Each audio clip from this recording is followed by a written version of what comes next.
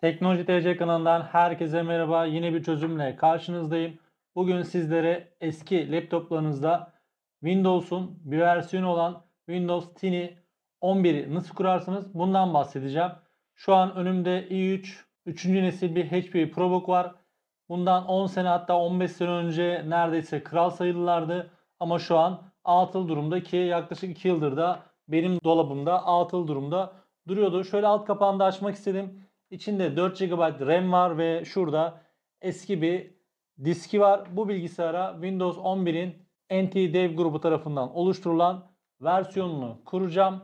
Kısaca bu versiyondan bahsetmek istiyorum. Eskiler bilir, Windows 7'nin Ultimate versiyonları vardı. Windows 7 Ultimate'i de yine NT Dev gibi geliştiriciler düzenleyip piyasaya sürüyordu. Şu anki Tiny 11'de aynen o şekilde bir versiyon. Birebir Windows 11'in bütün özelliklerine sahip, ancak Windows 11'in ağır donanım gereksinimlerine ihtiyaç duyulan birçok özelliğini de içinden çıkarmış durumdalar. Bu sayede 4 GB RAM'li bir bilgisayar rahatlıkla Windows 11'i kullanabiliyor. Tabi bu bilgisayarda üst düzey oyunlar ya da ekstrem işler yapamayacağız. Bu bilgisayarda günlük işlerimizi halledeceğiz, filmlerimizi izleyeceğiz ama oyun oynamakta, işte Photoshop'ta ekstra işler yapmak gibi durumlarda bu bilgisayar işinizi görmeyecek. Zaten içinde 4 GB RAM var. Bu işi isteseniz de yapamayacaksınız. Birçok Windows 11 ağır donanım gerektiren uygulamanın çoğu da zaten içinde bulunmayacak ama Windows 11 görünümüne sahip olacak. Hazırsanız vakit kaybetmeden Tiny 11'i eski bilgisayarımıza nasıl yükleriz bunu göstereceğim. Arkadaşlar öncelikle Tiny 11'i ve Rufus programını indirmemiz lazım. Bunun için ben hemen Chrome'a tıklıyorum. Teknoloji.tc üzerinde bulunan linkler üzerinden indireceğiz. Ben bu linki de açıklama kısmına bırakacağım.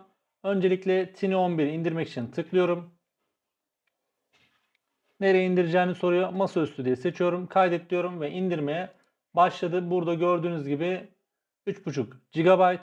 Hemen ardından da Rufus'u indiriyorum. Buraya gelip ben Rufus 4.3 exe yazını 64 bit olanı indiriyorum. Reklama çarpıya tıkladım. Bunu da masa üstüne indir diyorum. Kaydet diyorum ve Rufus da inmeye başladı. Bunlar inmeye başladı ama ben daha önce indirdiğim için ikisini de iptal ediyorum arkadaşlar. Hatta Rufus'u kurayım direkt. Rufus indi. Ekrana bir uyarı geldi. Bu uygulamanın cihazınıza değişiklik yapmasına izin veriyor musunuz diye soruyor. Buna evet'e tıklıyorum ve gördüğünüz gibi Rufus buraya geldi. Benim elimde bir adet 16 GB'lık flash belleğim var. Onu hemen bilgisayarıma takıyorum. Ve gördüğüm flash belleğimi ISO'yu göstermemi söylüyor. Ben daha önce indirdiğim için indirilenler de var. Buradan ISO'mu seçiyorum. Arkadaşlar buranın MBR olması lazım. Buna dikkat edin. Başlat diyorum. Bu ayarlar böyle kalsın. Yalnız arkadaşlar şurada teknoloji.tc yazıyor. Ben de bu bilgisayarınızda açılışı oluşturulacak kullanıcının adı, buraya HP yazarsanız HP olur. Ahmet yazarsanız Ahmet olur bilgisayarınızdaki kullanıcının adı. Ben teknoloji.tc kalmasını tercih ediyorum. OK diyorum. Tamam diyorum. Ve şu an Rufus programı benim USB belleğime kurulum dosyalarını atıyor. Bu işlem bittikten sonra da bilgisayarımıza USB belleği takacağız. Ve HP'deki boot menü tuşuyla ben yüklemeyi başlatacağım. Şimdi bunu bu şekilde bırakıyorum.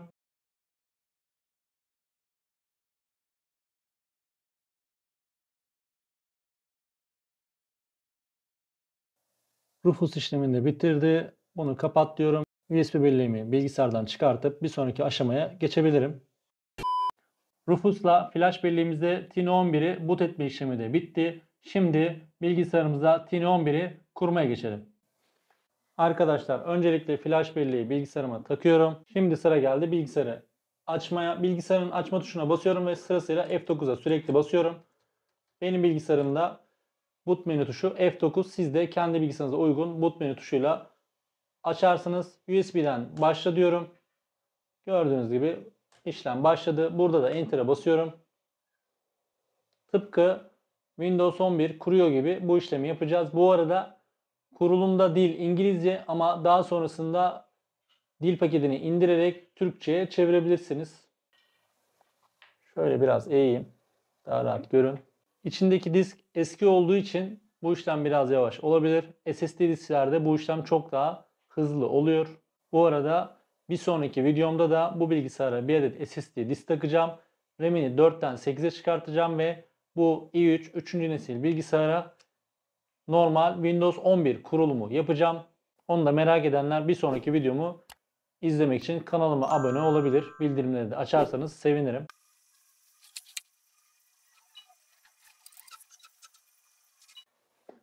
Gördüğünüz gibi ekran geldi. Burada Türkiye'yi seçeceğim. Türkiye'yi seçtim. Next diyorum. Burada install diyorum. Benim elimde bir lisans yok. Bu nedenle I don't diyorum. Bunu kabul edip next diyorum. Buradan yüklemek istediğim diski seçeceğim. Birinciyi siliyorum. Burada yazan Partition 1'i de siliyorum. Çünkü benim Windows'um normalde Partition 1'de yüklü. Bu arada Windows 7 yüklüydü bilgisayarımda. Şu an direkt Windows 11, daha doğrusu Tiny versiyonuna geçireceğim. Burada aslında diskim ikiye bölünmüş durumda. Burada bazı veriler var. Bu nedenle ikinci bölümü silmiyorum. Burada next diyorum ve kuruluma başlayacak. Evet, kuruluma başladı. Bu işlem biraz zaman alacak. Bu nedenle videoyu hızlandıracağım ben.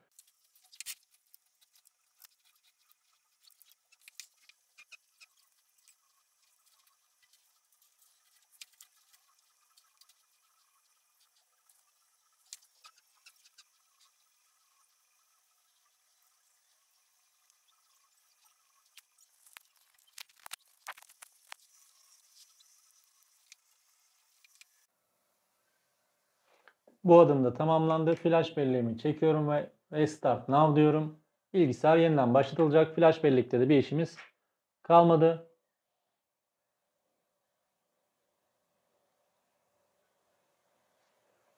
Ben normal diskimden başla diyeceğim burada.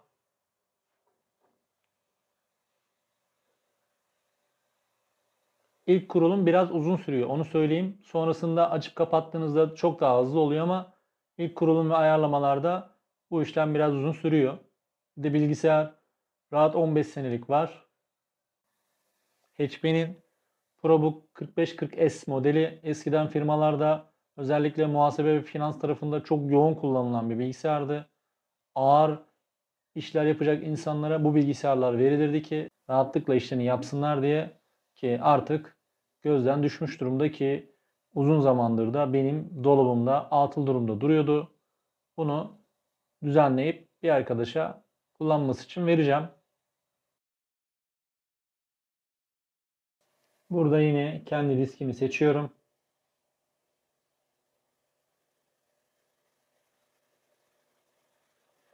Dediğim gibi normal şartlarda bu kadar uzun sürmüyor bu işlem.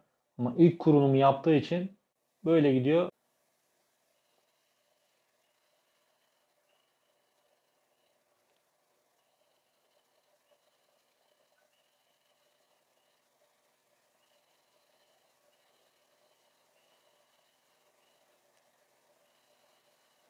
Bu arada NT topluluğu zaman zaman bu işletim sisteminin daha üst versiyonlarını yayınlıyor.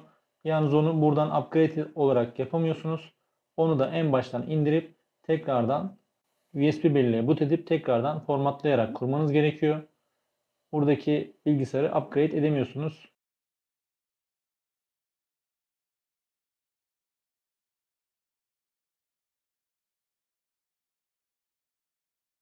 Windows logosu geldi. Burada Enter'a basıyorum.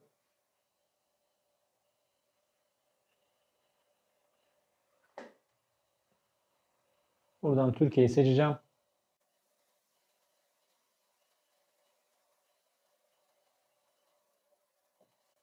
Şu klavyeyi seçtim.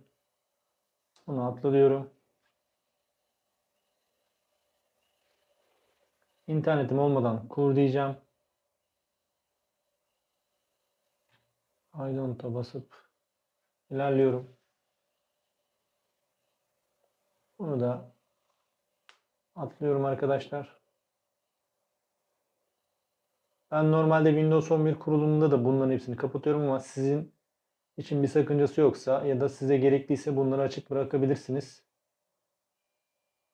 Bu arada videonun sonunda NTDev hakkında da, daha doğrusu bu işletim sistemi hakkında da ufak bir nihai kararımdan da bahsedeceğim.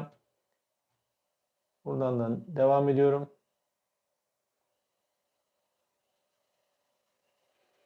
Evet. Gördüğünüz gibi teknoloji.tc diye bir kullanıcı oluşturdu Rufus. Videonun başında da bundan bahsetmiştim. Oraya ne yazarsanız buraya o isimde bir kullanıcı oluşturuyor. İlk kurulum kısmında da biraz zaman alacak. Orada bilgisayar gerçekten kötü durumda. Bir temizlense falan biraz daha güzelleşir. Muhtemelen bu videodan sonra bir temizleyeceğim. Bataryası da bitik durumda, kablosuz çalışmıyor. Ama nihai olarak bir bilgisayar ihtiyacını görüyor.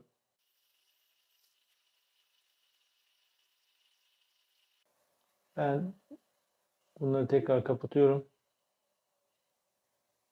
12 sefer sordu. Niye bilmiyorum. Normal şartlarda Windows 11 tarafında bir sefer soruyordu. Muhtemelen atlamış olabilirler bu durumu.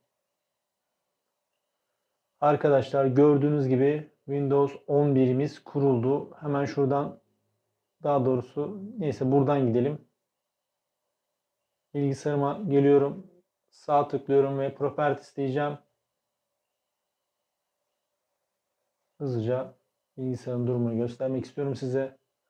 Arkadaşlar Intel i3 3. nesil 2.4 GHz'lik bir hıza sahip, 4 GB RAM'e sahip bilgisayarımıza Windows 11'in Tiny versiyonunu kurduk. Şurada da görüyorsunuz Windows 11 Pro 23. versiyonunu görüyorsunuz. Gayet de hızlı, stabil çalışıyor arkadaşlar. Şuradan da bir şey göstereceğim. Başlata bastığınızda şurada birçok şeyi görmüyorsunuz. Çünkü onlar bilgisayarı yavaşlatan, performans gerektiren işlemlerdi. Şu an bu bilgisayarda istediğiniz herhangi bir filmi açabilirsiniz. Word, Excel yani ofis programlarını yükleyerek ofis işlemlerini gönül rahatlıkla yapabilirsiniz. Çünkü oldukça hafif ve hızlı bir işletim sistemi, ki 4 GB'lık bir RAM ile böyle bir işletim sistemi bence oldukça ideal. Evet arkadaşlar, işlem bu kadardı. Gelelim bu bilgisayarı bu şekilde kurup kullanır mıyım? Ben dediğim gibi bu bilgisayarı bir arkadaşıma vereceğim. Ben video ve içerik amaçlı bunu yükledim. Ben birazdan bunun üstüne normal Windows 11 kuracağım ve onun da videosunu çekeceğim. Bir sonraki videom o olacak. Ben Tiny 11'i aslında kullanırım normal şartlarda çünkü oldukça hızlı. Ancak şöyle bir durum var. Vereceğim arkadaş kendi kişisel hesaplarını açacak ve işle ilgili de bazı araştırmalar ve işler yapması lazım. Bu nedenle ben NTDev'i tanımıyorum. Ne kadar insanlara yardım olsun diye de bu işletim sistemini düzenlemiş bile olsalar niyetlerini gerçekte bilemem. Windows 7'yi yıllarca kullandık. Ultimate'i yıllarca kullandık. Daha doğrusu başımıza bir iş geldi mi? Gelmedi. Belki Tiny 11'de de başımıza bir iş gelmeyecek ama ben film ya da benzeri işlerde bu işletim sistemini kullanmanızı öneririm. Eğer aklınızda bir soru işareti varsa kesinlikle bu bilgisayara antivirüs programı yükleyin. Böylece çok daha güvenli hale gelir. Umarım faydalı bir video olmuştur. Bu video hakkında ya da diğer bütün teknoloji konuları hakkında merak ettiğiniz her şeyi yorum kısmına yazarsanız bildirimler açık olduğu için ben ya da diğer arkadaşlarım hızlı cevap olacak. Kanalımıza abone olmayı ve bildirimleri açmayı unutmayın. Bir sonraki videomuzda görüşmek üzere.